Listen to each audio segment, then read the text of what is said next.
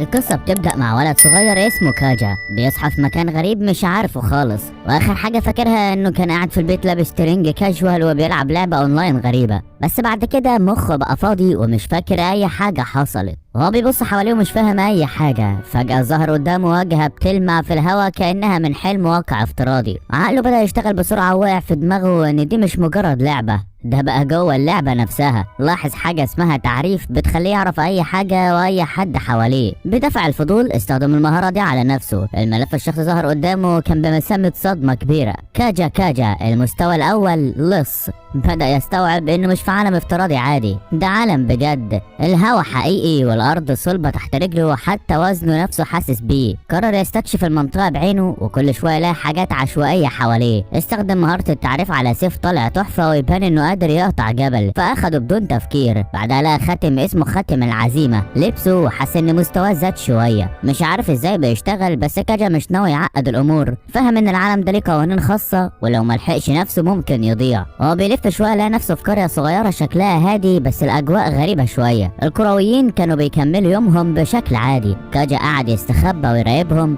واستخدم مهارة التعريف عليهم، واكتشف ان اغلبهم ناس عادية وما عندهمش مهارات قتالية. بدأ يفكر هيعمل ايه بعد كده، بس فجأة شاف حاجة تخض. عصابة من اللصوص كانت ماشية ناحية القرية. العصابة بدأت تسرق وتخوف الكرويين اللي ما كانوش قادرين يدافعوا عن نفسهم. كاجا في الاول اتردد وما كانش عارف اذا كان يقدر يواجههم ولا لا، لكن بسرعة استوعب انها فرصته الوحيدة انه يختبر قدراته ويشوف هو فعلا قد التحدي ولا لا. كاجا مسك بالسيف القوي قرر يواجه العصابة. قرب منهم من ورا وضرب واحد منهم والسيف قطعه بسهولة صادمة. الدم كان في كل حتة وكاجا اتجمد للحظة، مش مصدق اللي بيشوفه. دي مش زي اي لعبة لعبها قبل كده، كل حاجة حقيقية جدا لدرجة مخيفة. جمع شجاعته وكمل القتال باستخدام حركات تعلمها من تدريبات فنون القتال في الحياة الواقعية. حركاته كانت شوية متلخبطة لكنها كانت فعالة كفاية للتغلب على العصابة اللي ما كانوش مدربين. بعد معركة مكثفة قدر يهزمهم كلهم، لكنه كان منهك جسديا ونفسيا. بعدها بص على حالته ولاحظ ان مستواه اتحسن شويه، بس لسه قدامه طريق طويل. رئيس القريه اللي اسمه سام جه ناحيته وحياه باحترام. شكر كاجا على انقاذ القريه وشرح له انهم بقالهم شهور بيعانوا من هجمات العصابات. سام عرض على كاجا مكان يبات فيه في القريه واداله الغنائم اللي كانت مع العصابه كمكافاه. وهو بيشوف الغنائم لاحظ كاجا عصابه شكلها غالي، ولما استخدم مهاره التعريف اكتشف انها مزيفه ومش العصابه الحقيقيه اللي كانت مع زعيم العصابه. سام شافها واتصدم وربط الاحداث بسرعه وبدا يشك ان العصابه الحقيقيه اتبدلت.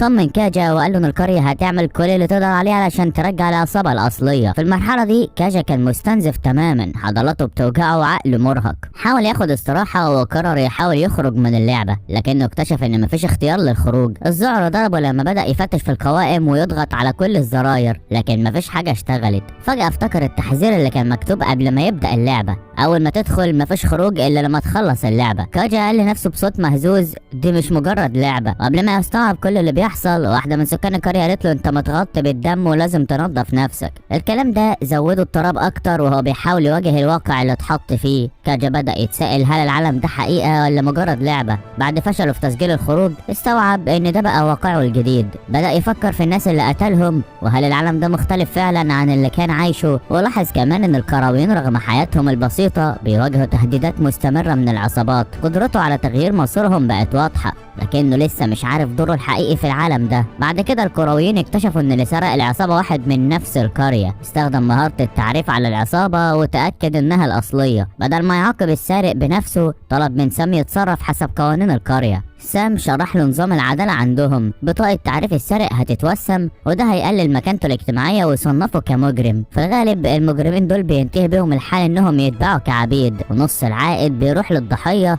والنص التاني لعيلة السارق. رغم ان النظام كان قاسي، كاجا فهم ان العالم ده ليه قوانينه الخاصة. قرر يسيب الموضوع لسام ويركز على خطوته الجاية. تاني يوم كاجا انطلق لبلدة فيل علشان يبيع الغنائم ويجمع المكافآت على العصابة اللي هزمها. وهم في الطريق راح كاجا لنقطة تجارة محلية يبيع فيها غنائم العصابة. التاجر بص بسرعة على الغنائم واكد ان في مكافئتين بس على رأسين من العصابة. كاجا جمع المكافآت وحس بإنجاز بسيط، لكنه فضل محتفظ بحذره وما كشفش كتير عن نفسه. أثناء وجوده في فيل قابل ألان تاجر عبيد عرض إنه يساعده كمرشد. ألان كان منبهر بإنجازات كاجا، خصوصا إنه قدر يهزم عصابة لوحده، وعرف كاجا على تجارته الجانبية بيع العبيد. كاجا كان متضايق جدا من الفكرة لكنه أخفى مشاعره لحد ما وقعت عينه على فتاة عبدة اسمها روكسان. رغم إنه مش عاوز يشتري عبدة، كاجا مش قادر يتجاهل الطريقة اللي كانت بتبصله بيها. بدأ يفهم إن في العالم ده الناس ما عندهمش اختيارات كتير، خصوصا لما يجي الموضوع للبقاء. العبيد بيتباعوا وبيشتروا زي أي سلعة، بيخدموا أسيادهم لحد الموت، ولو هربوا بيتم مطاردتهم وقتلهم لو اتمسكوا. ألان وضح إن روكسان عبدة مميزة جدا، عندها مهارات عالية ومطيعة، وده بيخليها عبد غالي. عرض سعرها اللي كان غالي جدا، لكنه قال إنها تستاهل كل قرش. كاجا كان متردد لأنه ما معهوش فلوس كفاية، لكن فكرة امتلاكها وإنه يقدر يعمل اللي عاوزه بيها بدأت تسيطر على عقله. بعد شوية سأل عن سعرها. ألان ابتسم وقال إن سعرها الطبيعي 600 ألف نارس، لكنه بسبب توصيته القوية هيعمل له خصم. عرض السعر النهائي وهو 422 ألف نارس، واللبس اللي لابساه روكسان شامل الصفقة. قال له عندك 5 أيام تجمع الفلوس، لو قدرت تجمعهم روكسان هتبقى ليك، ولو لا حد تاني اكيد هيشتريها. بعدها ألان قال لروكسان ان كاجا مهتم بيها، فقامت شكرته. الشكر ده زود تصميم كاجا انه يجمع الفلوس باي طريقه عشان يخليها بتاعته. وهو ماشي بعيد ما كانش عنده ادنى فكره هيجيب الفلوس دي منين، لكنه قرر انه لازم يحصل عليها مهما كلفه الثمن. مر 10 سنين من اول يوم دخل في العالم ده، رجع تاني للمكان اللي بدأ منه كل حاجه، والذكريات ضربته بقوه كانها قطار. رجع للقريه والمره دي ومعاه روكسان وكم شخص تاني من اللي بقوا معاه على مر السنين. القريه كانت اتغيرت، لكنها ما زالت محافظه على نفس الاحساس اللي فضل معاه طول الوقت. كاجا كان ماشي في القريه سرحان في افكاره لحد ما شاف ولد بشعر اسود، حاجه نادره دلوقتي لدرجه انه ما قدرش يتجاهلها. قرب من الولد اللي عرف نفسه باسم كاجا. الولد قال ان ابوه مات قبل ما يتولد، وامه هي اللي كانت بتراعيه طول عمره، وهو مش عارف كتير عن ابوه ومجرد ذكريات فاضيه وحكايات مفيش حد اتكلم عنها. الكلام لمس حاجه عميقه عند كاجا، ذكريات قديمه بدات ترجع له، ومن غير ما يفكر مد ايده للولد واداله سيف. الهديه دي مش مجرد حركه عشوائيه، دي كانت وعد. لو الولد حصل له مشكله في اي وقت السيف ده هيحميه. الولد تردد شويه وما كانش عارف ياخد الهديه الكبيره دي من شخص غريب، بس كاجا ما استسلمش. في العالم ده الخطر موجود في كل حته، فالافضل تكون مستعد. بعد ما الولد اخد السيف ومشي، كاجا حس انه فعلا عمل حاجه كويسه. روكسان بصت له بنظره كده، بس كاجا ما حاولش يشرح. هو ما يعرفش الولد ده قبل كده، لكن كان في احساس غريب بيربطه بوالده كانه دايره بتقفل. من غير كلام كتير كاجا والطاقم بتاعه كملوا طريقهم، سايبين الماضي يختفي وراهم وهم مكملين لقدام. ونرجع للوقت الحالي في النزل. كاجا قاعد مركز على كومة العملات قدامه، بيعدها كأنه حياته متعلقة عليها. 33 عملة ذهب، يعني 330 ألف نارس، ولسه ناقص 70 ألف نارس عشان يقدر يشتري روكسان. المبلغ مش كافي والإحساس زي ضربة في المعدة. عقله رجع لكلام ألان. الراجل ده قال له على طريقتين يجيب فلوس بسرعة. أول حاجة المتاهة اللي في غابة الغرب، المغامرين بيقدروا يطلعوا منها فلوس حلوة من الوحوش والغنايم، لكن الشغل ده بطيء، يكفي بالكاد يعيش حد، لكن مش هجيب فلوس كفايه يشتري شخص. تاني حاجه شغل اصطياد المطلوبين، فلوسه اسرع، لكن انا نحذره لو جبت فلوس كتير بسرعه الناس هتبدا تشم ريحه وتشك وتيجي وراك وتخرب حياتك. وكمان لو مسكت واحد عليه مكافاه الاجر مش مستاهل المجهود. دلوقتي كان متعصب من خيارات الزفت دي، قدامه 5 ايام بس يجمع المبلغ عشان يشتري روكسان. المتاهه اختيار امن حتى لو كانت متعبه، مش افضل حاجه بس ده اللي عنده. قبل ما يتحرك كان في حاجه لازم يحلها الاول. افتكر المشكله دي لما كان بيحارب قطاع الطرق قبل كده. سيفه قوي جدا وممكن حد يحاول يسرقه، ولو نجحوا هيبقى في ورطة كبيرة. هو اصلا حط 63 نقطة اضافية في السيف عشان يقويه ويحمي نفسه. كاجا فتح اعدادات شخصيته وخزن السيف في المخزن بتاعه وخلى السيف يختفي من ايده. بعد كده راح السوق يشتري سلاح عادي يمشي بيه. دخل محل اسلحة واستخدم مهارة التقييم على السيوف اللي معروضة. لاحظ ان في سيف فيه خانة مهارة وده شد انتباهه. كاجا سأل البايع لو كل السيوف بنفس السعر، والراجل اكد انهم كلهم بنفس القيمة. شاف انها فرصة وقرر يشتري السيف اللي فيه خانة المهارة. بعد ما اشترى كمان شوية دروع للحماية بدأ يتحرك ناحية المتاهة. كاجا شاف مجموعة مغامرين خارجين من بوابة، خمن ان ده اكيد سحر انتقال، وبفضل ظهورهم قدر بسهولة يلاقي مدخل المتاهة. قبل ما يدخل فتح الاحصائيات القتاليه بتاعته وبعدين دخل من البوابه. جوه المتاهه كاجا شاف ان في فئه جديده ظهرت في الاعدادات بتاعته اسمها مستكشف ومستواها 1. افتكر لما سرق الصنادل قبل كده انه تم تعيين فئه لص ليه، ودلوقتي لما دخل المتاهة تم تعيين فئة مستكشف. كمان لاحظ ان فئة بطل موجودة في احصائياته واللي بتدي مكافآت كويسة، فقرر يخليها الفئة السنوية بتاعته يخلي مستكشف الفئة الثالثة. وهو بيبص على مهارات فئة مستكشف لاحظ مهارة اسمها سير المتاهة، لما فعلها بوابة ظهرت جنبه، قرر يجربها وقال انا عايز ارجع للغرفة اللي كان فيها لما دخل من البوابة، لكن لما حاول يستخدم البوابة عشان يخرج من المتاهة ما نفعتش. كاجا فهم ان المهارة دي شغالة جوه المتاهة بس، واستنتج ان السحر اللي شافه بره مختلف. وهو بيستكشف اكتر اكتشف ان سير المتاهة بيشتغل في اماكن محددة جوه المتاهة، وهو ماسك سيفه حس ان في عدو بيقرب. باستخدام مهارة التقييم عارف ان العدو ده شجرة ابرة مستوى واحد. بعد ما هزمها الوحش ساب فرع، وكاجا ما كانش عارف الفرع ده لايه بس قرر يحتفظ بيه. بعد شوية شجرة إبرة تانية قربت، والمرة دي كاجا جرب يستخدم مهارة إبهار بتاعة البطل. لما فعلها لاحظ إن الشجرة بتتحرك أبطأ، أو يمكن هو بقى أسرع، وقبل ما يهاجم حس بانخفاض مفاجئ في طاقته. قدر يركز ويهزم الوحش، لكن فهم إن المهارة دي استنزفت طاقته السحرية. لحسن الحظ السيف بتاعه بيقدر يمتص الطاقة السحرية ويرجعها بسرعة. بعد ما اصطاد وحوش أكتر راح للنقابة عشان ياخد المكافأة. فعل مهارة زيادة قيمة البيع ب 30%، وقدم الفروع اللي جمعها للموظف واستلم 273 نرس مقابلهم. في النزل قعد يحسبها ولقى انه من غير ال 30% زياده كان هيحصل على 10 نرس بس لكل فرع. فهم انه حتى لو هزم 10 وحوش في الساعه واشتغل 10 ساعات هيكسب 1000 نرس في اليوم. فكره انه يشتري روكسان بقت اصعب من اي وقت فات. تاني يوم الصبح بدري جدا كاجا خرج من النزل. الدنيا كانت ضلمه لدرجه انه مش شاف طريقه. افتكر ان عنده مهاره الانتقال اللي هي قدره انتقال متقدمه لسه مكتسبها، وقرر يروح للمتاهه. جوه المتاهه طاقته السحريه خلصت بسرعه، وده خلاه يحس بالاحباط تاني. عشان يسترجع طاقته اسرع يهزم وحوش اكتر، لكن طاقته البدنيه ليها حدود، وبعد شويه تعب جدا. وهو بياخد قسطه من الراحه لاحظ ان ارتفع مستواه، بس كان عارف انه مش هيجمع الفلوس اللي محتاجها بالطريقه دي. وهو بيستكشف اكتشف ممر سري، شاف حاجه بتلمع جوه غرفه مخفيه ودخل على امل انها كنز، لكن للاسف طلعت سيف مكسور. فجاه المدخل اللي وراه اتقفل وسمع صوت وحوش بتقرب.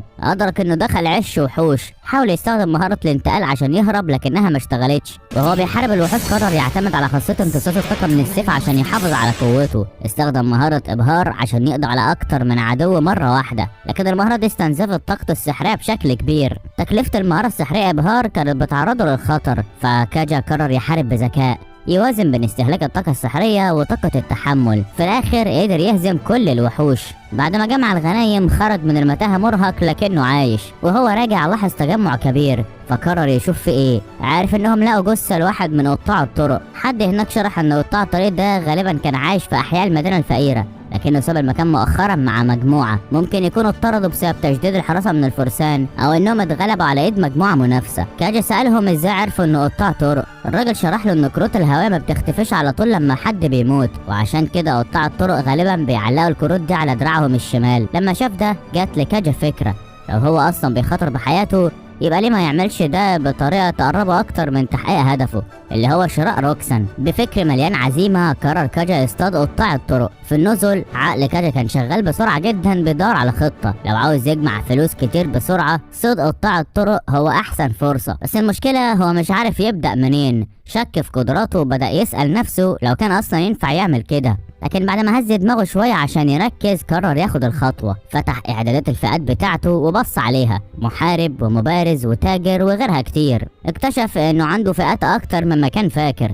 وهو بيبص على فئة المحارب ابتسم لأن الإحصائيات كانت أفضل من الفئة الرئيسية بتاعته اللي هي الكروي. كمان في مهارة يقدر يستخدمها من غير ما يضيع وقت. بدل الفئات بتاعته جهز نفسه للمهمة. تاني يوم الصبح راح السوق وفضل يسمع كلام الناس حواليه. الفلاحين كانوا بيتكلموا عن قطاع الطرق، ومن كلامهم فهم انهم غالبا بيتجمعوا في احياء الشمال الفقيره. كاجا ما ضيعش وقت وفعل مهاره الانتقال بتاعته وراح للمنطقه. والجو هناك كان مش مريح والتوتر مالي المكان. بعد ما لف شويه ما لقاش حاجه، فكر ان الافضل يرجع بالليل لما الامور تبقى اكثر اثاره. بالليل وهو قاعد في النزل بدا يفكر في استخدامه الاخير لمهاره الانتقال. لاحظ انها ما بقتش تستنزفه زي الاول، وغالبا ده بسبب المستوى الجديد اللي وصل له بعد مواجهه الوحوش في الفخ. دلوقتي هو اقوى وده واضح عليه. وهو بيستعد يخرج صاحب النزل اداله مصباح عشان الشوارع الضلمه بره. وهو ماشي في الشارع عدى على منطقه الانوار الحمراء وعينه وقعت على الستات الجمال اللي واقفين في الشوارع. حس بحاجه غريبه جواه لكنه بسرعه رجع يركز. وهو ماشي في الشارع فجاه شاف حد شكل مريب جدا. غرائز كاجا اشتغلت فورا ففعل مهاره التقييم عشان يقراه. زي ما توقع الراجل ده قاطع طريق. بابتسامه صغيره قرر كاجا يراقبه، حاسس انه اخيرا لقى الخط اللي كان مستنيه. بعد شويه مراقبه لقى نفسه قدام مخبأ قطاع الطرق.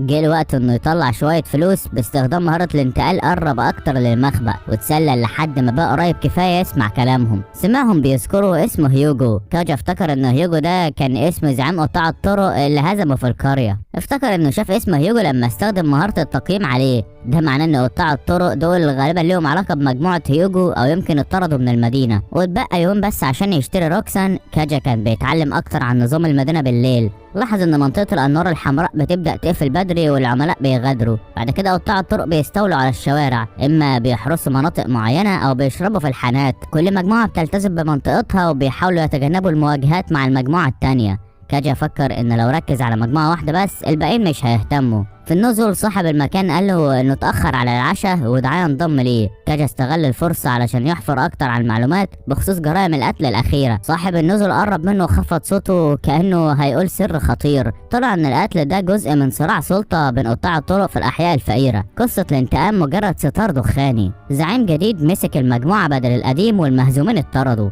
الراجل اللي لقوه ميت من كام يوم كان من الفريق اللي كسب وقرر يفضل في المدينه. دلوقتي الفصائل المنافسه بتحاول تصفيهم وبتحاول تخلي الشغلانه تبان كانها شغل المجموعه اللي اتطردوا. عقل كاجا بدا يربط الخيوط. هو مش محتاج يهجم عليهم بشكل مباشر، ممكن يلعبها بذكاء اكتر او حتى يعقد صفقه معاهم. وممكن حتى ما يحتاجش يقاتل لو لعبها صح. بالليل وهو نايم على السرير بيحلم بيومه مع روكسان والحياه اللي هيعيشها معاها. لكن فجاه فاق من احلامه وقال لنفسه انا مش هنا عشان قصص خياليه. مسك العصابه بتاعت اللص اللي خدها قبل كده وخرج متجه على مخبأ قطاع الطرق ومستعد يتحرك. لما وصل للمخبأ مشي ناحيه الحارس اللي عند الباب ورفع العصابه قدامه بشياكه. عيون الحارس اتوسعت اول ما شافها. كاجا ابتسم وعارف ان دلوقتي في ايده ميزه. عرض عليهم يتبادل العصابه مقابل عمله ذهب ومعلومه. الحارس شكله كان منتظر اللحظه دي، وافق وساله عاوز يعرف ايه. كاجا بكل برود قال اسمه هيوجو. الحارس زمجر وقال له يتبعه. واضح ان رئيسهم اللي يعرف هيوجو نايم فمش هيقدر يقابله دلوقتي. شكله كاجا هيضطر يستنى، لكن صبره طويل وعارف ازاي الامور تمشي لصالحه. جوه المخبأ طلب الحارس من كاجا يوريه العصابه تاني عشان يتاكد انها حقيقيه. لما كاجا حاول يطلعها الحارس حاول يسرقها منه، بس بفضل ردود افعال كاجا السريعه قدر يحتفظ بيها.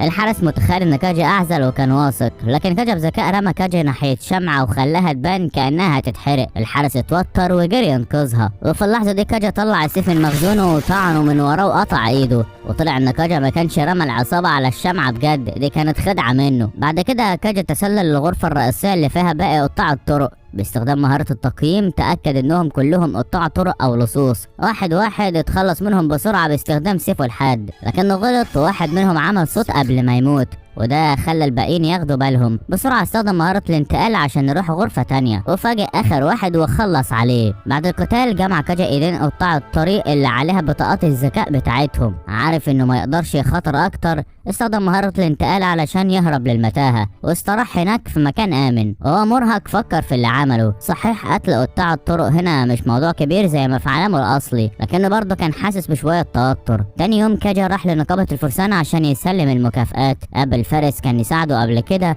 وشرح له ان قطاع الطرق هجموا عليه بالليل وقرب بطاقات الذكاء بتاعتهم، والفارس اتحقق من بطاقة كاجا علشان يتأكد من كل حاجة. وبعد ما اتأكد قال له ان 2 من ال3 كانوا مطلوبين واداله فلوس المكافأة. كاجا واقف على جنب يحسب الفلوس واكتشف انه اخيرا معاه المبلغ الكافي عشان يشتري روكسان، ومتحمس جري على ألان اللي عدى الفلوس واتأكد انها المبلغ المطلوب. بعد كده ألان راح يجيب روكسان. لما رجع ألان ومعاه روكسان اعتذرت لكاجا، شرحت له انها كانت واثقة انه هيجي علشانها، لكن كان في لحظة صغيرة شكت فيها. كاجا طمنها وقال لها ان كله تمام وفضل واقف جنبها.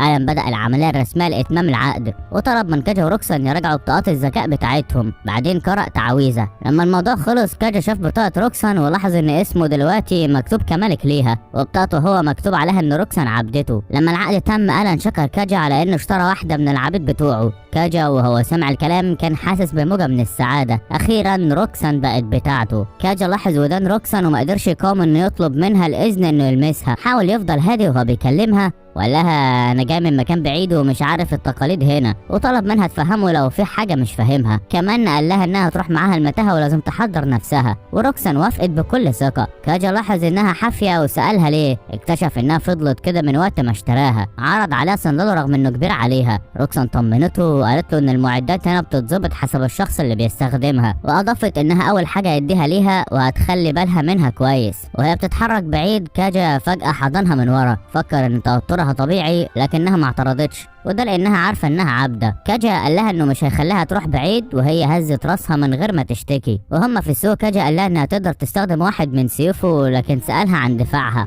روكسان قالت انها تقدر تستخدم درع، لكنها كانت حذره وهي بتختار. كاجا استخدم مهاره التقييم عشان يساعدها تختار الافضل. بعد ما اشتروا الدرع ومعدات تانية، قرروا يشتروا كمان عبايه جديده بدل القديمه اللي عليها دم. كاجا خلاها تختار اللي يعجبها. بعد شويه سالت رايه بين عبايتين. كاجا فكر شوية ووضح لها مميزات كل واحدة، وفي الآخر رشح واحدة. روكسان وافقت وقالت إنها عجبتها. كاجا قال لها لو محتاجة حاجة تانية تقوله، وإن اليوم ده مميز ولازم يحتفلوا. روكسان احمرت وقالت إنها محتاجة ملابس داخلية جديدة ولبس زيادة لأنها عندها اللي لابسه بس. كاجا اشترى لها طقمين إضافيين. بعد التسوق رجعوا للنزل. كاجا طلب منها تقعد لكنها قعدت على الأرض قدامه. أصر إنها تقعد جنبه وطمنها إنها كمان هتنام على سريره. روكسان قالت إنه عادي إنها تنام على الأرض لأن ده اللي سمعت إن العبيد بيعملوه. كاجا أكد لها إنه مش زي الناس دي وإنهم هيشاركوا السرير. فجأة روكسان قامت وقالت إنها هتنظف المعدات قبل ما النور يخلص. قعدت على الترابيزة وبدأت تفحص السيف اللي اختاروا لها كاجا، وعلقت إنه كويس لكنه مش ممتاز. قالت ان حياتهم بتعتمد على المعدات ولازم تكون بحالة جيدة. كمان اقترحت تستخدم ملابسها الداخلية القديمة للتنظيف لانها عندها جديد. روكسان عرضت تنظف وهو بيتعشى، لكنه طلب منها تاكل معاه ووافقت وبدأت تقلع هدومها. كاجا اتفاجئ فهم انها لابسة القديمة اللي بتتكلم عنها. لما بصت له قال لها تتصرف كأنه مش موجود، ولف وشه عشان يديها خصوصيتها. خلصت بسرعة وكاجا كان مستني اللي جاي يكون احلى حاجة في اليوم. بالليل صاحب النزل جاب لهم ميه سخنه. كاجا طلب من روكسان تغسل ظهره وقرر ما يتكسفش انه قاعد قدامها بملابسه الداخليه. قال لها انه نفسه في حمام سخن وسالها عن البانيوهات. روكسان شرحت له ان البانيوهات محتاجه ميه سخنه كتير وده صعب يتوفر الا لو كان غني. بعد الحمام اللي كان يستاهله، الليل اللي كانوا مستنينه وصل. كاجا وروكسان قضوا ليله مليانه مشاعر وشغف. الصبح كاجا صحي وهو حاسس بالامتنان، حاسس ان حاجه كان بيدور عليها اخيرا لقاها. لما روكسان صحيت وبسته بحماس زي ما وعدته، قرر يسيب المشاعر دلوقتي تاني. وهم بيجهزوا لليوم، كاجا سأل روكسان لو مستعدة تدخل المتاهة. هزت راسها مؤكدة انها جاهزة. وهم بيجهزوا كاجا سألها عن طريقة اضافة المهارات للمعدات. روكسان شرحت له ان ده بيتعمل باستخدام كريستالات المهارات، جواهر صغيرة نادرة بتتخلق من الوحوش. الكريستالات دي بتندمج مع المعدات وبتديها قدرات جديدة، لكن المشكلة ان نجاح الدمج بيعتمد بالكامل على مدارة الحداد. كاجا فكر انه ياخد شغلانة الحدادة، لكن لما سأل روكسان عن الموضوع قالت له ان دي وظيفة مخصصة للأقزام، وبسرعة أدرك انه لو عاوز يطور معداته هيحتاج قزم يعملها له. روكسان حذرته ان الموضوع ممكن يكون صعب، وان في اقزام كتير بيفسدوا العمليه وبيحاولوا يخدعوا الناس عشان يبيعوا المعدات على جنب. بعدها كاجا اخد روكسان لزقاق واستخدم مهاره الانتقال للوصول للمتاهه. روكسان اتلخبطت لانها فكرت ان السير في المتاهه بيشتغل جوه المتاهه بس. كاجا شرح لها انه استخدم سحر النقل، طلب منها تحافظ على السر. روكسان شمت الهواء وقالت انها شمت ريحة وحش قريب ناحية اليمين. وضحت ان حاسة الشم قوية عندها ميزة خاصة بيها، وانها شاطرة في تتبع الفريسة. كمان طلبت من كاجا كريستالة سحرية، وشرحت له انه لما الوحوش بتتغلب السحر بتاعهم بيتجمع في كريستالات، واللي بتكون قيمة عند نقابات المعابد. بدون الكريستالة مش هتقدر تجمع طاقة سحرية. كاجا اتفاجئ لما اكتشف انه كان بيهدر السحر طول الوقت. لما سأل اذا كانت البلورات السحرية غالية، روكسان قالت له ان البلورات غالية لكنها بتاخد وقت طويل عشان تمتلئ، يعني مفيش كتير ضاع منه. واضافت ان البلورات ممكن تتلاقي في المتاهة وتشتريها فاضية من النقابة. لما قابلوا اول وحش، روكسان كانت حريصة، لكن كاجا هزمه بسهولة بالسيف. قال لها ان السيف قوي وطلب منها تحتفظ بالسر ده. لاحظ كمان زيلها بيتهز من السعادة وهم ماشيين مع بعض، ففكر انها متحمسة. وفي وقت تاني رجعوا للفندق ومعاهم مجموعة كبيرة من الفروع. روكسان قالت له انها في فريقها السابق كانت جديدة وما كانوش بيسمحوا لها تدي رأيها في المعارك، وكانوا بيطلبوا منها تهاجم من ورا. شكرت كاجا على انه بيعاملها بشكل مختلف. هو سألها لو ممكن يداعب ودنها وهي فرحت جدا، وهو كمان اكد لها انه مش هيسيبها وده فرحها اكتر. هو كمان قال لها انه ناوي يضيف اعضاء تانيين الفريق عشان يزيدوا قوتهم القتالية. روكسان وافقت، وكاجا فهم منها انها موافقة على فكرة انه يبني حريم. بعد كده كاجا اشترى شوية بلورات سحرية ووراها لروكسان، فشرحت له ان البلورات بتتغير في اللون مع الوقت لما تمتلئ بالسحر. الاحمر بعد 10 قتالات، والبنفسجية بعد 100، وهكذا. البلورات بتتحول الابيض بعد 1,000,000 قتلة، لكن معظم الناس بيبيعوها لما تبقى خضرة بعد 10,000 قتلة، او بنفسجية بعد 100,000 قتلة. رجعوا للمتاهة، وروكسان اقترحت عليهم الانتقال للطوابق العليا لان الوحوش في المستوى الاول كانت سهلة على كاجا. هو كان فاكر ان الطوابق بتكون نزولا، لكن روكسان فسرت له انها بتكون للاعلى. روكسان شرحت لكاجا ان المتاهات بتكون كائنات حية بتستخدم الوحوش عشان تقتل البشر وتعيش عليهم، واضافت كمان ان في متاهات تانية في العالم لانهم بيكتروا. علشان تقتل متاهة لازم تهزم كل زعماء الطوابق لحد اعلى مستوى. كاجا سأل لو في تعويذات بتهاجم كل الاعداء مرة واحدة. روكسان قالت له ان فيه، لكن هي مش عارفة عنها كتير. كاجا حاول يستخدم سحر هجومي من قائمة الأوامر بتاعته لكن فشل، فظن إنه مش عنده كفاية من نقاط السحر. روكسان قالت له إنهم هزموا 10 من أشجار السحرية، فشال البلورة السحرية بتاعته ولقاها بقت حمرا، لكن بلورتها هي لسه سودا لأن السحر بيروح للشخص اللي بيوصل للضربة القاضية. كاجا افتكر مهارة في قائمته اسمها التبلور المسرع وفعلها. بعد ما هزم مزيد من الوحوش بلورته بقت بنفسجية بسرعة.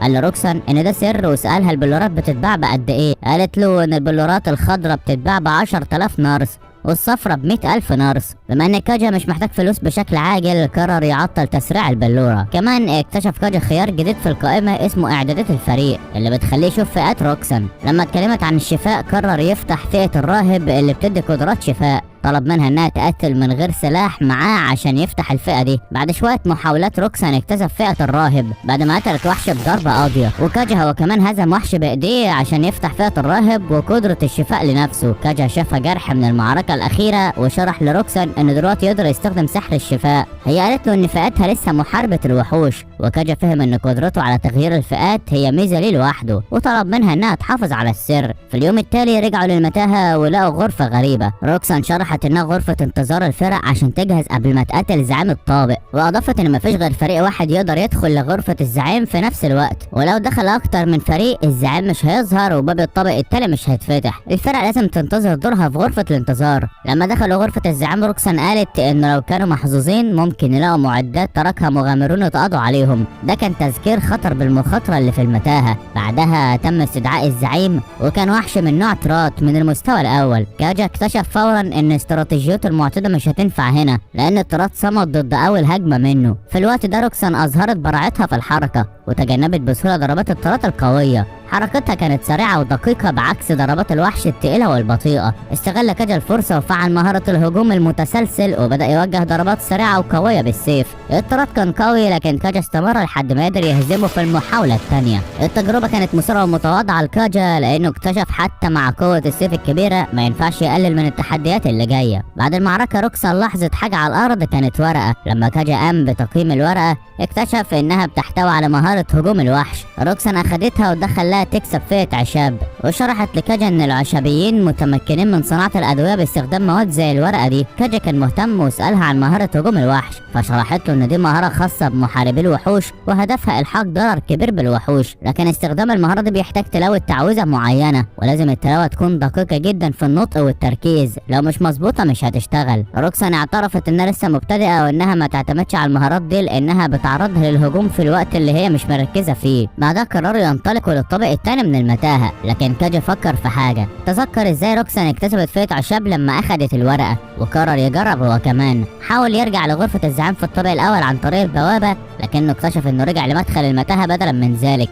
كاجا فهم خطأه بسرعة وحاول يختلق عذر، وقال ان تجربته فشلت. روكسان اللي وثقت فيه صدقت تفسيره. عشان يكتسب فئة العشاب قرر هو وروكسان يواجهوا الزعيم من المستوى الاول مرة تانية. المرة دي كاجا لاحظ ان الترات كان بيستعد عشان يلقي التعويذة، فهجم بسرعة وقطع عليه السحر باستخدام خصائص السيف الفريدة. السيف كان عنده مميزات متعددة زي قوة الهجوم وامتصاص نقاط الحياة والسحر ووقف تعاويذ السحر. بعد ما هزم الترات كاجا اخذ الورقة بنجاح واكتسب فئة عشاب. باستخدام مهارة فئة العشاب صناعة الأدوية قدر يحول الورقة للترياق ضد السم. العملية كانت اسهل مما كان متوقع، فاستغرب وبدأ يفكر عن الوحوش اللي ممكن تكون بتستخدم السم. روكسان اكدت له ان السم شائع بين كتير من الوحوش، فاستعدوا هما الاتنين. زاروا متجر قريب عشان يشتروا ادويه وانفقوا 640 نارس اثناء ما كانت روكسان بتعد الفلوس. كاجا فكر في الخصومات اللي اخدها من تاجر العبيد وصاحب الفندق، وافتكر ان صاحب المتجر ما عرضش عليه نفس الخصم، وفهم ان التجار عندهم مهاره اسمها الحساب اللي بتسمح لهم بحسابات معقده بشكل فوري، وده اللي يمكن خلاهم مش متاثرين بمهارات التفاوض. في المتاهه اتعمقوا اكتر في المستوى الثاني. خلال طريقهم قابلوا وحوش جديده زي اليركه الخضراء. بفضل مهاره التقييم كاجا قدر يتعرف عليها بسرعه، رغم انهم في مستوى اعلى الوحوش سقطت بسهوله تحت ضربات السيف. المعارك دي خلت كاجا يفكر في حجم مجموعات الاعداء، وكان فاكر ان المجموعات هتكبر مع كل مستوى، لكن روكسان صححت له وقالت له ان مجموعات من 3 افراد بتبدا تظهر في المستوى الرابع وانت طالع، ومجموعات من 4 افراد من المستوى الثامن. على حسب القاعده دي كاجا استنتج ان المستوى 16 ممكن يظهر مجموعات من 5 افراد، والمستوى 32 مجموعات من 6 افراد. بعد كده اتقابلوا مع يركتين خضراويين. كاجا خلص مهمته بسرعه مع اليركه بتاعته، لكن روكسان حذرته انه يفضل يقظ. اليركه بتاعتها بدات تلقي تعويذه واطلقت شبكه علشان تحبسه. اليركه استغلت الفرصه وهاجمته، لكن كاجا تصرف بسرعه ووقفها برجليه، وبعدها خلص عليها بالسيف. الحادثه دي كانت تذكير بخطوره الاعداء حتى لو كانوا ظاهرين انهم اضعف. بعد ما خرجوا من المتاهه رحلوا الى فالي بلازا. اثناء مشيهم كاجا فجاه دفع روكسان على الحيط مما فاجئها. هداها كاجا وقال لها تركز على راجل مشبوه كان بيشوف قصر الان. باستخدام مهاره التقييم كاجا عرف ان الراجل ده قاطع طريق من المستوى الثالث. هو كان الان وقرر يحذر الان. لما وصلوا للقصر الان سمع التحذير بهدوء وقال له ان شغله بيخليه يكتسب اعداء كتير، فما فيش حاجه غريبه في ان القصر بيتراقب. بعد كده الان شاركهم بتفاصيل مقلقه عن اللص ده، وان ممكن يكون له علاقه مع السرق اللي كاجا باعه قبل كده، والشخص اللي اشتراه الان كان شاكك ان ليه صله بالمجموعه اللي بتراقب قصره. لكن رغم التهديد المحتمل الان كان واثق وشرح ان العبيد القتاليين عندهم مهارات عاليه، والموقع المركزي للقصر بيوفر امان اضافي. لكن روكسان كانت لسه مش مرتاحه بخصوص طاقم القصر، خصوصا امرأة مسنة كانت رحيمة بها في الماضي. كاجا اللي شاف قد ايه الموضوع مهم ليها قرر يساعد من غير تردد. عرض يكون الحارس الشخص لألان، وألان شاف الإصرار في عيون كاجا ووافق على الاتفاق، واداله 1000 نارس كدفعة مقدمة. ألان كمان سمح له يحتفظ بكروت الاستخبارات لأي قطيعي طريق هياخدوهم. ألان أرشدهم لمخرج خفي عشان يتجنبوا جذب انتباه اللصوص الموجودين حوالين القصر. لما خرجوا روكسان اتجهت لكاجا ووجهها كان مليان ندم. اعتذرت ليه عن رد فعلها السابق، وقالت انها قررت انه يكون قاطع طريق من غير ما تناقشه الاول. كاجا ابتسم ليها وطمنها وقال لها تثق في نفسها، واكد لها ان غريزتها كانت صحيحه. كلماته خلتها تحس براحه. وفي المساء رجعوا للفندق، وفي اليوم التالي كانوا مستعدين لعملهم كحراس شخصيين. لما وصلوا القصر ألان قدمهم لعبيده القتاليين. كانوا شخصيات ضخمه وعليهم هاله من القوه والانضباط. ألان وضح لهم ان العبيد دول هيتعاملوا مع اي تهديدات مباشره، وطلب من كاجا وروكسان يفضلوا في الاحتياط على جدران القصر. كاجا كان مش قادر يصدق قد ايه وصل من معركه ضد الوحوش في المتاهه لحد ما بقى في الدور الغريب ده. وفي الوقت ده وصلتهم الاخبار ان اللصوص تم القبض عليهم، وكان الوضع هيتصاعد قريب. كانوا جاهزين للمعركه، وألان سحب كاجا وروكسان وقال لهم يروحوا للطابق الاعلى عشان هم غطوا الطابق السفلي. اكد لهم انه لو واحد من اللصوص هرب وطلع لفوق الناس هناك هيتضروا. كاجا ما اعترضش وطلع فوق. ما طولش الوقت لحد ما حصل الفوضى. واحد من اللصوص المسلحين يقدر يهرب ووصل قدام كاجا. اللص كان شكله تعبان، لكن كاجا عارف انه ما ينفعش يهزر. فكر في استخدام مهارة المبادلة المكافأة اللي ما جربهاش قبل كده. الخطورة كانت كبيرة. لو صحة اللص كانت عالية كان ممكن يموت هو بنفسه بسبب استهلاك طاقة السحرية. لحسن حظ اللص كان ضعيف زي الورق المبلول. كاجا استخدم المهارة ودمر اللص تماما. بعدها كل المكان كان فوضى، وكاجا مش قادر يقف عن التفكير في مدى قربه من الموت. قرر يهز راسه ويمشي عشان يساعد باقي الفريق. ألان جه غاضب عشان اللص هرب، ولما شاف الجثة المتناثرة في كل مكان كانت نظرة عينيه كفاية علشان يحس انه استخدم حركة تدمير ذاتي. كاجا فضل ساكت لانه كان مشغول وهو بيفكر في ازاي كان ممكن يكون هو اللي في المكان ده. بعد ما قضوا على اللصوص كاجا اخذ المكافأة بتاعته وطلع مع روكسان. رحل مباشرة للمتاهة عشان يستمروا في التدريب. كاجا بيقطع الوحوش بس الطاقة السحرية بتاعته خلصت بسرعة، فاضطر يعتمد على سيفه عشان ما يتعرضش للهزيمة. استمر في المعارك والعرق والدم، وفي الاخر استخدم تعويذة لزيادة الطاقة السحرية بتاعته وعالج نفسه بالكامل. بعد كده بدأ يفكر انه باستخدام المبادلة المكافأة اكتسب فئة ساحر ومعاها مهارات جديدة. بدأ يستخدم السحر كالنار والماء والهواء والارض. لما جرب سحر كرة النار حصل انفجار ضخم. كان مبسوط لانه دلوقتي يقدر يرمي تعويذات كمان. روكسان سألته ازاي يستخدم السحر ده وقال انه بس حاجة خاصة، وطلب منها ما تقولش لحد عن الموضوع ده. بعدها استخدم سحر النار في تدمير الوحوش وحقق انتصار كامل. بعد كده لاحظوا ان الوحوش اللي زي السحرة بيستخدموا العصا عشان السحر يكون اقوى. كاجا قال انه لو كده هم هيشتروا عصا في خلال 4 ايام، لكن روكسان قالت انهم لازم يخلصوا مهمتهم الاول، وبعدها قرروا يكملوا مهمتهم في المتاهة. لقوا كوبولد في الطابق الثالث والوحوش دي كانت معاها سكاكين. كاجا ما اهتمش واستخدم سحر النار في تدميرهم. في النهاية الكوبولد مات ووقع سكين، وروكسان قالت له ان الوحوش ساعات بيسقطوا حاجات زي دي. قبل ما يخرجوا روكسان سألت كاجا عن مستواه، وهو قال انه في مستوى 20 مستطلع، لكنه مش حابب حد يعرف ده. بعدين سمعوا استغاثة من شخص عايز يوديهم لمدينة الامبراطورية باستخدام سير الميدان. كاجا قال انها طريقة كويسة لربح الفلوس، لكن هو ما عندوش حاجة مستعجلة في المدينة. بعد كده روكسان قالت ان مدينة الامبراطورية قريبة وهم قرروا يروحوا هناك، وكاجا استخدم النقل الآلي واعطى الالف عملة فضية عشان يروح للمدينة. بعدها ازال روكسان مؤقتا من الفريق عشان ما يدفعش اكتر. بعد ما خلصوا المهام كاجا قرر انه يرجع لروكسان، لكنه بدأ يحس انه ضعيف جدا عشان الطاقة السحرية بتاعته بتخلص. بدأ كاجا يشعر بالتعب الشديد بعد ما استنفذ كل طاقته السحرية، وبيبدأ يقع، لكن روكسان بتلحقه في اخر لحظة وتسأله اذا كان بخير. لما كاجا بينهض بيقترح عليهم العودة الى كاتر في وقت لاحق، وبيقترح عليهم البقاء في الفندق اليوم. روكسان موافقة بحماس، وبيمر الوقت في الفندق وكاجا بيكون بيغسل ظهر روكسان باستخدام منشفة مبللة. أثناء تنظيفه ليها يسألها إذا كان بيضغط بشكل مناسب. المحادثة في البداية كانت عادية، لكن فجأة كاجا يطلب من روكسان تقبيله برفق. بعد القبلة بيروحوا للسرير ويقضوا وقت ممتع مع بعض، لكن كاجا بيقرر ما يكملش أكتر لما يحس إن روكسان بتصدر أصوات كتير. بيفهم إن الجيران ممكن يسمعوا أصواتهم، فبيقرر إنه ينتظر لغاية ما يكون عندهم بيت خاص بيهم عشان يقدروا يستمتعوا ببعضهم بحرية. في اليوم التالي وهم رايحين لسوق كاتر، وروكسان بتشير له ناحية اليسار وبتقول له ان متاهة كاتر هناك في الوسط. بتضيف ان المتاهة هي المركز الرئيسي للمدينة وكل الطرق الرئيسية بتخرج منها. مع اقترابهم من المدخل بيكتشف كاجا ان هناك رسوم للدخول، لكن روكسان بتهمس في ودنه وبتذكره انهم ممكن يتجنبوا دفع الرسوم باستخدام سحر النقل الآلي ويدخلوا من دون ما يلاحظهم حد. بعد كده بيمروا على محل علشان يشتروا عصا سحرية، وبعد ما بيشتروا العصا بيكملوا طريقهم لجزء آخر من المدينة حيث الناس بتشتري بيوت. كاجا بيبدأ يلاحظ المنطقة وبيفكر في الجمع بين السكن والتسوق، وبيقرر يسأل المديرة إذا كان ممكن يشتروا بيت يستقروا هناك. المدير بيقول له انه ممكن يشتري بيت، لكن قبل ده لازم يراجعوا بطاقة الهوية الخاصة بيهم. كاجا بيحاول يسيطر على إحباطه ويسأل المدير عن نوعية البيوت المتاحة مقابل 40,000 نارس.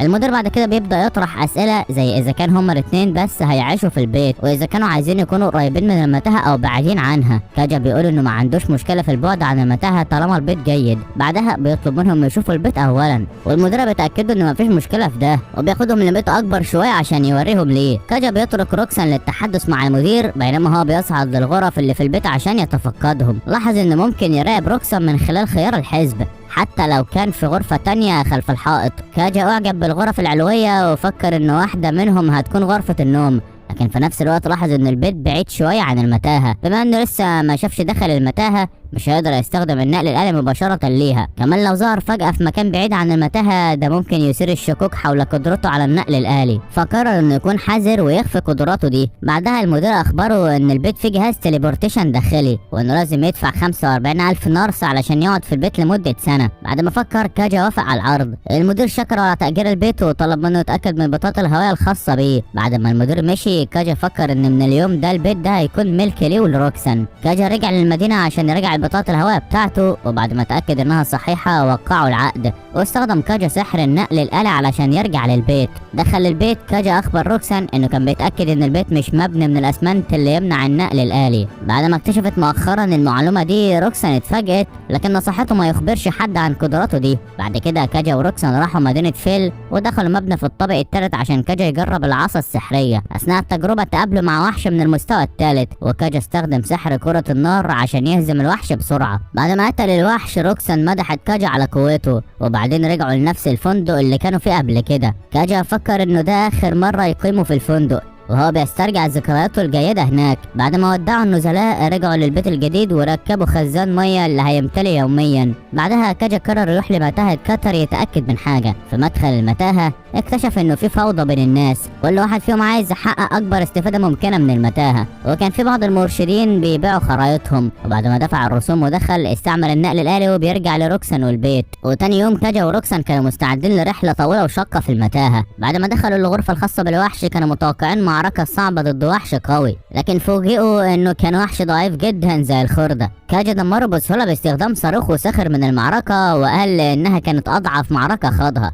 روكسان ضحكت واستمتعت برؤية الموقف، وبعدها قالت انهم ممكن يلاقوا كده في الطابق التاني برضه. كاجا وافق وقال انه متأكد من كده. كاجا وروكسان قرروا يروحوا للطابق التاني من المتاهة في اليوم التالي، لكن قبل ما يروحوا قرروا يرجعوا للبيت. كاجا استخدم سحر النقل الآلي عشان يرجعهم للبيت. اول ما وصلوا روكسان كانت عايزه تقول لكاجا حاجه لكن ترددت. كاجا سالها عن اللي كانت عايزه تقوله، لكن روكسان قالت ان الموضوع مش مهم وانه لازم يريح. وفي النهايه روكسان اخبرت كاجا انها كانت عايزه تقوله انها هتزرع بعض البذور. كاجا سالها اذا كانت تقصد بذور الاعشاب اللي اعطاها لها مدير المنطقه، وروكسان قالت انها هي دي. قبل ما يدخلوا المتاهه كان مدير المنطقه اعطاها كميات كبيره من البذور. كاجا قال انه متعب لكنه هيساعدها في زراعه البذور. بداوا يشتغلوا مع بعض في الحديقه، وكاجا كان سعيد جدا لانه شاف روكسان بتعمل كل حاجه بعنايه واتقان. لما خلصوا شغلهم قعدوا مع بعض بيشوفوا النتائج، وكاجا علق انه تعب جدا لكن سعيد بنتيجه العمل. روكسان كانت متفاجئه ازاي كاجا هزم الزعيم بكل سهوله. كاجا قال لها ان الشغل اليوم خلص وانه لازم يرجعوا للبيت علشان يتعشوا. كاجا حصل على زهره بعد ما هزم الزعيم، وقال انها ممكن تستخدم لعمل حاجه لذيذه. رجعوا للبيت وكاجا حضر لهم كريمه، وقال لروكسان انها الوجبه الاخيره اللي بياكلها كل يوم. روكسان حبت الاكل وقالت له انه طباخ ممتاز. كاجا قال لها انها ممكن تاكل زي ما هي عايزه، ودي كانت لحظه مريحه بينهم. في المشهد اللي بعد كده كانوا بيواجهوا وحش من المستوى الرابع في الطابق الرابع من المتاهه. كاجا هزم الوحش بضربه واحده من سيفه. بعد كده خرجوا من المتاهه وراحوا السوق عشان يشتروا اكل، واكلوا مع بعض في البيت. بعدها رجعوا تاني للمتاهه علشان يواجهوا الوحش الزعيم هناك. كاجا بدا يفكر انه لحد دلوقتي كان بيشعر انه مش خايف من الزعيم لانه كان حاسس انه قوي كفايه، لكن فجاه ادرك انه كان غلطان تماما. لحظه الفهم دي جات له لما لاحظ ان روكسان عمرها ما بتتكلم اثناء القتال. كاجا وروكسان فضلوا يكملوا استكشاف في المتاهه، وكلهم بيخلصوا من الوحوش والزباين بسرعه. بعد يوم طويل رجعوا البيت. بعد كده كاجا فكر في الضغط اللي بيحط على روكسان، وقرر انه يحتاج يجيب مقاتلين اكتر عشان ينضموا لفريقه. فطلع للصيد وبدا يقتل ارنب عشان ياخد الجلد بتاعه، واللي كان مطلوب جدا من النساء النبلاء والمتاجر. كاجا شاف فرصه لربح فلوس. هو وروكسان جمعوا كميه كبيره من الجلود وراحوا لمتجر ملابس، وهناك عرفوا انهم محتاجين 100 حزام علشان يبيعوها. في المتاهه تاني كاجا وروكسان استمروا في القتال وقتلوا الوحوش ولقوا صناديق كنز مليانه غنائم. اللي حصل الصبح كان مجهودهم متعب، لكن في النهايه كان له قيمه. بس المغامره ما وقفتش هنا، وصلوا للطابق السابع في المتاهه ودخلوا غرفه الزعيم وهم شايفين نفسهم جامدين. الزعيم كان ارنب سريع من المستوى السابع، اسرع واصعب من كاجا بعد صفقه خسرانه. الارنب هجم، لكن كاجا استخدم قوته الجباره وقضى عليه بسرعه. المكافاه كانت لحم الارنب عشان ليه طابع اكتر وحشي. روكسان اخدت اللحم وبدات تطبخه وتعلمت تعمل اكله حلوه منه. بعد ما استمتعت بالاكل قالت انها عاوزه تجمع اكتر لحم ارنب وجلد الارنب. وهم في طريقهم قابلوا وحوش ارنب جديده. وصلوا لباب الزعيم وكان في زحمه كبيره قدامهم. في راجل قدامهم اتحول وقال للعمال كلام واضح. بعد ما سمع كاجا الحوار حس ان الراجل محتاج يشتري عبيد، لكن ما قدرش لسه، كأنها مهمة ليه. الراجل قال لكاجا لو قدر يهزم الزعيم ده هينضم أول عضو لفريقه. لما قدروا الراجل دخل، وكاجا فكر في كلامه وقال إنه كان فوق الطابق السابع من سنتين، يعني ممكن يكون أقوى دلوقتي. كاجا تساءل إذا كان الراجل ده نجح ولا لأ، لكن لما هو وروكسان دخلوا لقوا الزعيم مستنيهم. الزعيم هجم عليهم، لكن كاجا هزم الزعيم بسهولة وحول الجثة لحم. بعد ما هزموا الزعيم لاحظ كاجا شوية معدات جنبهم، وقال لروكسان إنها غالبا كانت للراجل اللي دخل قبلهم. كاجا افترض إن الراجل اتغلب عليه من الزعيم. لقوا كمان بلورة سحرية سودا وتوقفوا علشان يفحصوها. كاجا شرح ان البلورة السحرية لو اتحطت جنب بلورة التانية هتندمج. بعد كده فكر في كلام الراجل عن تشكيل الفريق بعد هزيمة الزعيم. كاجا حس ان الراجل ضحى بحياته في المتاهة عشان حاجة بسيطة، وقرروا يرجعوا البيت. في اليوم التالي رجعوا تاني للمتاهة وقابلوا وحشين جديدين. كاجا فكر في الراجل اللي تقتل اليوم اللي فات، وفهم انه ممكن يتقتل زي الراجل ده لو ما كانش حذر. ده خلاه يحس انه لازم يبقى اقوى وما يظهرش اي ضعف. مع مرور الوقت حس كاجا انه بيقوى وان القتال بيبقى اسهل ليه. في وقت لاحق هزم كاجا الارانب السريعه وجمع اكتر من 300 جلد ارنب كجايزه. روكسان اقترحت يروحوا للمدينه الامبراطوريه يبيعوهم في محل ملابس هناك. لما وصلوا رحب بهم المدير وقال لهم انهم جابوا 300 جلد ارنب للبيع. المدير وافق على شراء الارانب لكنه قال لهم ان الحساب هياخد شويه وقت. كاجا قال مفيش مشكله وبداوا يتفرجوا على المحل. بعد شويه المدير رجع وشكرهم على الانتظار واخبرهم انهم بالظبط جابوا 300 جلد ارنب، والكل جلد ارنب هياخدوا مبلغ يكفي 3000 نرس. لكن بما ان كاجا جاب كميه كبيره عرض عليهم المدير خصم ومكافاه. كاجا اكتشف ان المكافاه جت بسبب مهاراته. بعد كده رجعوا للطابق السابع في المتاهه تاني وهناك قابلوا 3 انواع من الوحوش. واثناء ما روكسان كانت بتقاتل وحش تاني كاجا فقد تركيزه والضربه جت تجاهه بسرعه. اصبع كاجا اتجرح وتألم جامد لكن قدر يبعد الضربه عن نفسه ويقتل الوحش. بعد الالم والتعب كاجا سقط على الارض. روكسان سألته إذا كان كويس فرد وقال لها إن ده مجرد خدش لكن حالته كانت وحشة، وفكر في اللي حصل وإن ثقته الزايدة كانت هتدخله في مشاكل كبيرة. بعدين كاجا بص على إصبعه اللي لسه متورم رغم إنه استخدم مهارة استرجاع الصحة من السيف عشان يشفى، لكن الإصابة ما سبتتش بشكل كامل. كاجا بقى بيتجنب الاقتراب من الوحوش وبيستخدم كرات النار عشان يهاجم ويقتل الأرانب عن بعد، وفي نفس الوقت روكسان كمان كانت بتقتل الأرانب بكفاءة. الاتنين كانوا حاسين بتعب شديد وبدأوا يفكروا في توسيع فريقهم. في لحظة معينة كاجا خسر 3 أرانب لكن كسب مكافئتين. روكسان لقت حاجة على الأرض وكانت مبسوطة جدا وقالت لكاجا يبص عليها. في ايدها كان في بلورة خضراء. كاجا اكتشف ان البلورة دي ممكن تستخدم لتقوية البلورات الفارغة وعلشان يصنع معدات بالمهارة المدفونة جواها، لكن في مشكلة. عشان ده يشتغل هو محتاج ساحر عنده مهنة الحدادة. المفاجأة انه ما يعرفش مكان نلاقي فيه واحد. بعد كده كاجا ورى روكسان بلورة السحر الصفراء بتاعته واللي هي على طول لاحظت ان البلورة كانت خضراء من شوية وسالت ازاي اتغيرت. كاجا حاول يتجنب السؤال زي العادة وقال ان عنده طريقة خاصة من غير ما يشرح وحذرها. قال كاجا روكسان انها لازم تسكت عن الموضوع ده، واعلن ان البلورات السحريه الصفراء بتجيب 100,000 نارس، يعني دلوقتي مفيش مشكله في الفلوس. واخيرا كاجا حاسس انه مش فقير زي الاول. قرروا انهم لازم يروحوا مدينه فيل عشان يحلوا بعض الامور مع الان، وكمان يفكروا في تقويه فريقهم لان القتال مع 4 وحوش في نفس الوقت في الطابق الثامن بقى شبه انتحار، وهو عارف انهم محتاجين قوه نار اكتر. روكسان كانت موافقه وقالت ان عندها سبب خاص بيها لزياره فيل، عايزة تشوف المرأة العجوز اللي كانت بتعتني بها في القصر آلان. لما وصلوا القصر آلان رحب بهم زي العادة بشياكة وقال لكاجا انه شاكر له على الزيارة. كاجا مباشرة قال انه محتاج عضو تاني في الفريق وسأل عن شراء عبد حداد. آلان شرح له الحقيقة القاسية وقال ان لعب مع البلورات السحرية مخاطرة والفشل ممكن يغضب الحدادين، خاصة ان البلورات دي غالية جدا. كاجا فهم ان اضافة حداد ممكن تجيب له مشاكل اكتر من اللي توقعها، لكنه مش ناوي يتراجع دلوقتي. قالوا ان في عدد قليل من العبيد الحدادين وبيمتلك حاليا واحدة فقط. آلان قال انها قزم مش كويسة في القتال لكن الاقزام قويين جدا فمفيش داعي للقلق. كاجا طلب من آلان يوريه القزم فقال انه هيجيبها بعد ما يجهزها. في الوقت ده وصلت المرأة العجوز اللي كانت بتعتني بروكسان وروكسان كانت مبسوطة جدا تشوفها، وكاجا فهم ان دي هي نفس المرأة اللي روكسان كانت حكيت له عنها. دي كانت العجوز اللي اعتنت بروكسان وروكسان كانت قدرت تنقذ حياتها. بعد كده وصلت بنت اسمها شيري وآلان عرفهم عليها وقال ان عمرها 16 سنة. كاجا فكر ان شيري وروكسان في نفس السن، وشيري انحنت قدام كاجا وقالت انها بقت مستكشفة مستوى 10. كاجا فكر انها كشفت هويتها وقال انه المفروض مفيش مشكلة لها في دخول المتاهة لو هي مستكشفة، لكن شيري قالت ان ده مش اللي كانت عايزة تقوله، وبدلا من كده كشفت انها فشلت في انها تبقى حدادة. كاجا سألها يعني ايه الكلام ده، وقال شرح له ان القزميين لما يوصلوا لمستوى 10 كمستكشفين بيبقى عندهم خيار لتحويل شغلهم لحداد، لكن شيري حاولت وما قدرتش. كاجا فهم ان لو شيري مش قادرة تبقى حدادة ممكن مفيش فايدة منها في المتاهة، لكنه فكر ان الوظائف في العالم ده بتتعلم زي ما هو تعلم مهنة البطل والوظائف التانية، وقرر انه ممكن شيري تبقى حدادة في المستقبل لو تم شروط معينة. قرر انه هيخلي شيري تكون العضو التاني في الفريق. بعد كده شيري راحت علشان آلان يناقش السعر،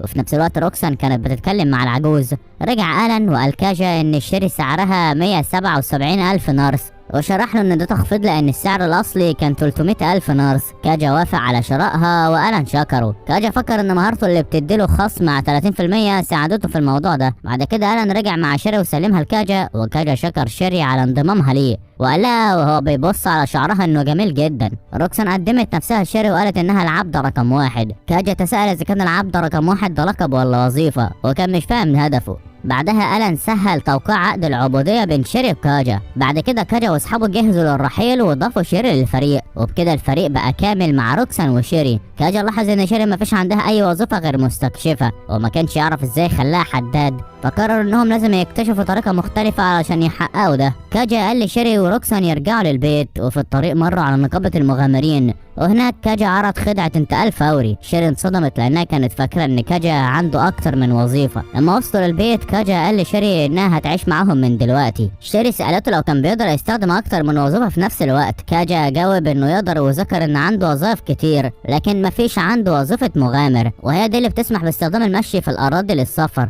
بدلا من كده كاجا بيستخدم تعويذة اسمها انتقال آلي. بعد كده سأل كاجا شيري اذا كانت تعرف حد عنده وظائف كتير. شيري شرحت له ان الناس اللي عندهم وظائف كتير بيتم تسميتهم ملك، لكن كاجا قال لها تقدر تعتبره من نفس النوع. كاجا سأل شيري ايه نوع السلاح اللي تحب تستخدمه في المتاهة. شيري قالت انها كويسة مع الرمح، لكن المطرقة الكبيرة هتشتغل برضه. كاجا فكر ان المطرقة هتبقى مثالية الحداد، وسألها اذا كانت سبق وقتلت وحش بمطرقة. شيري قالت لا، فقال لها انها هتبدا تستخدم المطرقه من دلوقتي. روكسان قالت ان كاجا يقدر يساعدهم عن طريق القاء تعاويذ من وراه عشان يساعد شيري في قتال الوحوش. شيري استغربت وقالت هل ده معناه انهم هيستخدموا التعاويذ في المعركه؟ كاجا اكد ده، وروكسان قالت انها هتستخدمهم بشكل فعال. كاجا قال لشيري ان المعلومات دي ما ينفعش تتسرب لحد، وشيري اكدت انها هتحتفظ بالسر. بعدها شيري بدات توضح ان الاقزام قصيره لكنهم اقوياء بشكل رهيب، وراحوا لمتجر اسلحه، وشيري لفت نظرها ضربه ضخمه من الحديد. من غير تردد حملتها زي الريشه، وقررت انها هي السلاح المفضل ليها. كان فيها فتحة مهارة فاضية، وده لفت انتباه كاجا. هو شايفها تشيل السلاح بسهولة قال في نفسه ان شيري دي عبارة عن قوة خارقة. كاجا مفيش مانع وقال انهم هيشتروا السلاح بما انها عجبتها.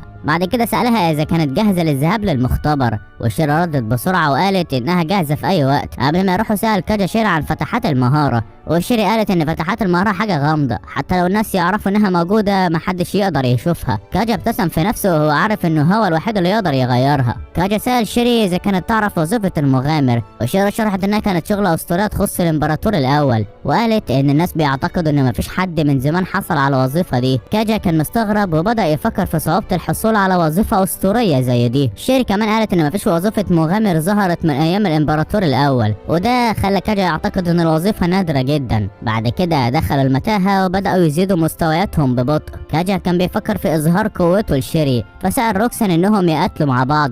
كاجا بدأ يقتل الوحوش بسرعة كبيرة وروكسان ساعدته. شيري كانت مبسوطة عشان شايفة ازاي كانوا بيقاتلوا مع بعض بفعالية. ميتو لاحظ ان نقاط الطاقة السحرية عنده زادت بشكل كبير بعد قتل الوحوش، وقرر ان الوقت جاي للرجوع. لما رجعوا للبيت شيري سألت اذا كانت تعويذة الانتقال الآلي بتاعت كاجا مفيدة خارج المتاهة، واشارت انها ما شافتوش بيستخدم تعويذ تانية. روكسان شرحت لها ان كاجا يقدر يستخدم تعاويذ ومهارات من غير ما يقول تعويذ. شيري بدأت تتساءل اذا كان ده ممكن اصلا، وسألت كاجا ازاي قتل كل الوحوش في الطابق الثامن بضربة واحدة، وكمان سألت عن مستواه. ميتو جاوب ان مستواه 33، وده بيسمح له بقتل الوحوش بسهولة. روكسان كانت مندهشة وقالت انها كانت فاكرة ان مستواه 20 زي ما قال لها قبل كده. كاجا شرح ان مستواه زاد بشكل كبير من وقتها. شيري لسه مش قادرة تصدق ان شخص بمستوى 33 يقدر يقتل الوحوش بضربة واحدة، وقال لشيري ان دلوقتي هي عرفت كل اللي كانت عاوزة تعرفه، وانها لازم ما تقولش لحد عن الموضوع ده. بعد كده شيري حضرت العشاء وكان شكله لذيذ جدا. شيري سألته اذا كان راح المتاهة قبل ما العشاء يخلص. كاجا شرح انه راح لان نقاط الطاقة عنده كانت منخفضة وكان محتاج يستعيدها،